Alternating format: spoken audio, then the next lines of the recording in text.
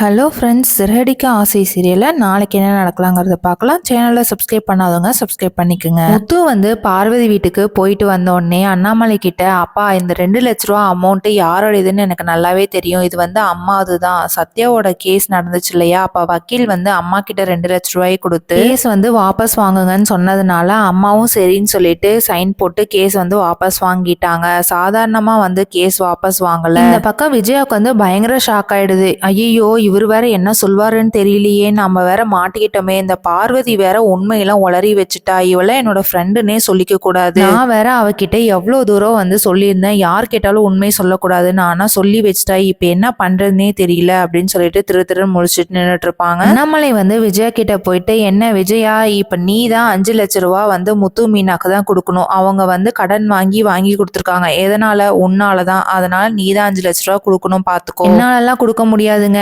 நான் எங்க போறது 5 லட்ச ரூபாய்க்கு அப்படின்னு சொன்னோடனே அண்ணாமலை இருந்துட்டு, அதான் நீ பரதநாட்டியம் கிளாஸ் வச்சு நடத்துறல்ல, மாசம் மாசம் நீயும் கொஞ்சம் கொஞ்சம் அமௌண்ட் கொடுத்து கடனை எப்படியாவது ஒண்ணு நீ அடைச்சிரு, எனக்கு தெரியாது, நீ 5 லட்ச ரூபா கொடுத்துதான் ஆகணும் அப்படின்னு சொல்லிட்டு அண்ணாமலை உள்ள போயிடுறாங்க. அந்த டைம்ல ரோஹிணி வந்து மனசுக்குள்ளேயே, இந்த முத்து வந்து எப்படியாவது உண்மை கண்டுபிடிச்சிடுறான், இவன் கிட்ட இருந்து நம்ம எப்படி தப்பிக்கிறதுன்னு தெரியல, நம்மளோட உண்மை எப்ப தெரிய போதோ அன்னைக்கு நம்ம இந்த வீட்டுல இருக்கவே முடியாது போல, ஆன்ட்டிய வந்து 5 லட்ச ரூபா கொடுக்க சொல்றதுனால கண்டிப்பா போலீஸ் ஸ்டேஷன்ல கம்ப்ளைண்ட் பண்ணுவாங்க, அதனால நம்ம தான் மாட்டிப்போம் அப்படின்னு சொல்லிட்டு அடுத்த பிளான் என்ன பண்ண போறாங்கங்கிறத வெயிட் பண்ணி பார்க்கலாம். தேங்க்ஸ் ஃபார் வாட்சிங்.